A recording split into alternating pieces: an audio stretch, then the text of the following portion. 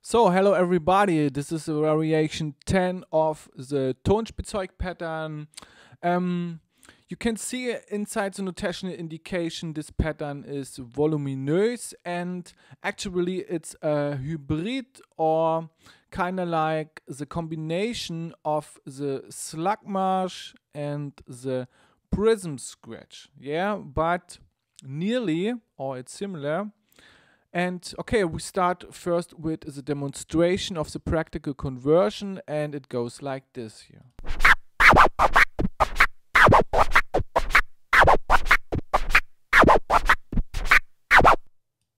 Once again.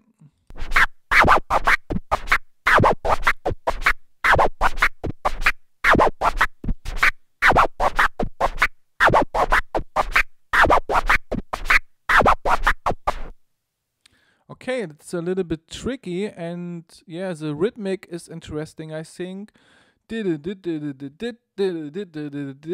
Okay, now twice as fast. You can better imagine how it sounds when you play it in the double time.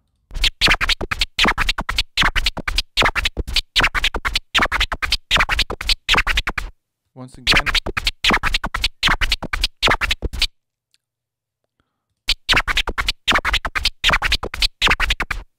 Alrighty, right. So step by step, the single stages. It's not so complicated. You can see this right now because we start with the record motion pattern. The notational breakdown helps to show the single stages, and the first record motion is when we look inside the indication a note. And after this note, this is a new symbol. For some of you, this is 1/16 rest. Yeah, we make a pause or a rest after this. And the reason why we make this rest is that we move the record to the start point. And the consequence is logic, the backward motion, but the backward motion is not audible. This is the same principle like for the slug march or for the forward scratch. Also, of course, and it goes like this. So the start position is now the open fader. You can see this in the video.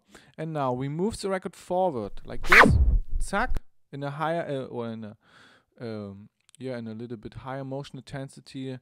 And now we make the rest logic with the crossfader. So we close the crossfader, then we move the record to the start point, and now we go further with our record motion pattern. And the following record motion pattern, or actually this is a group, is when you read the notation indication forward, backward, backward, so the same principle like the one forward to backward tear, and then the same type once again. So, and it goes like this. Look in the video. And once again. So, and from this start positioning now, the fader is still open. We make this pattern once again, or we repeat this pattern. Yeah, and this is the idea.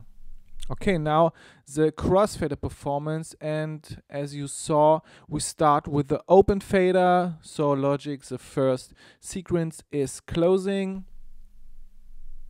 ditch, and then you can see the uppercase letter C with a little bar over there. That means we open.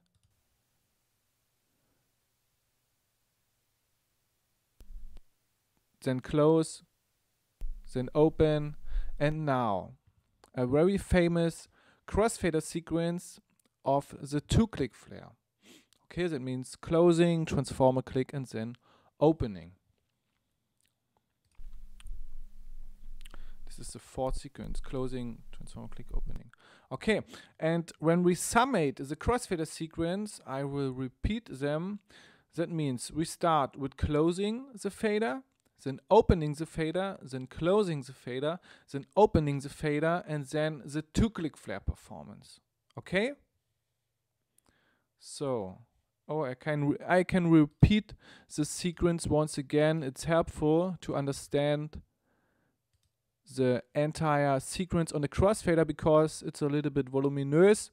Now that means first start position is open fader, then the first sequence is close, then follows open and close, open, close, and then open, and now the 2-click flare sequence. That means closing, zack, transformer click, and opening. Now consecutive and continuative. Okay, now interesting, we incorporate the record motion pattern, and our start position is, like I said, open fader. Now the first record motion, a note, and we close the fader. So, and now the same principle like for the slug march. That means the fader is still closed and we move the record to the start point.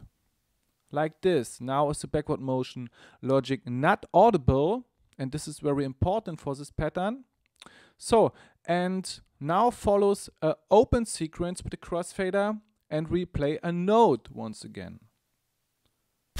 Like this. Now the fader's open. We move the record in shape of a E tone, and we close the fader. Zack, but this was only the first E tone because now follows another E tone to arrive the start point, and we open the fader once again.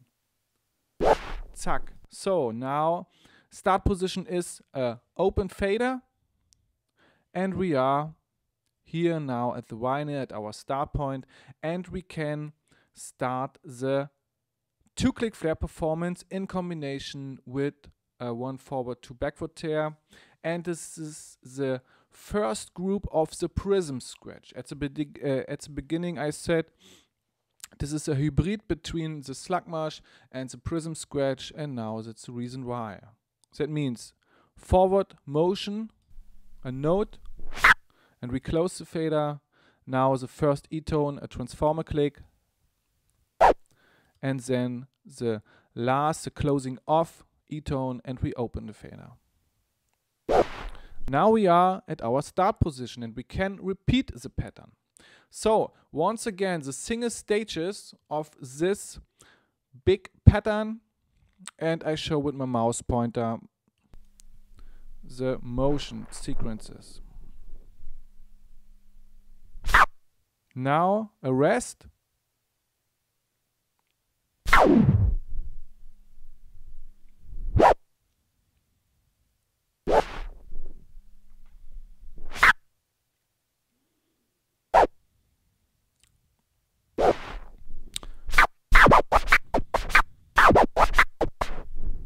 Okay, and it sounds really cool, I think. Now the reverse pattern and the crossfader performance is exactly the same, but we play now the mirror fashion of this sequence, and that means we start with a E tone. You can see this inside the notation indication. The left, the reverse pattern, simplified indication, and on the right side the notational breakdown. So that means first a E tone, and we close the fader. Then we move the record forward to the start point logic, and the fader is still closed to make this step not audible. So, and then we open the fader, another E tone, then closing the fader, another note, then open the fader, another E tone, and now we go further to the 2-click flare performance in combination with the 1 backward 2 forward tear. That means first backward motion, so a E tone, and we close the fader. Then a note in combination with the transformer click, and the closing off is open the fader and a note. Alright, so that was it. This is the pattern 10 of the Tonspielzeug sequences. I hope you like it, try it. I think this is a very cool pattern, very rhythmic, and yeah, hope we see us. Bye bye.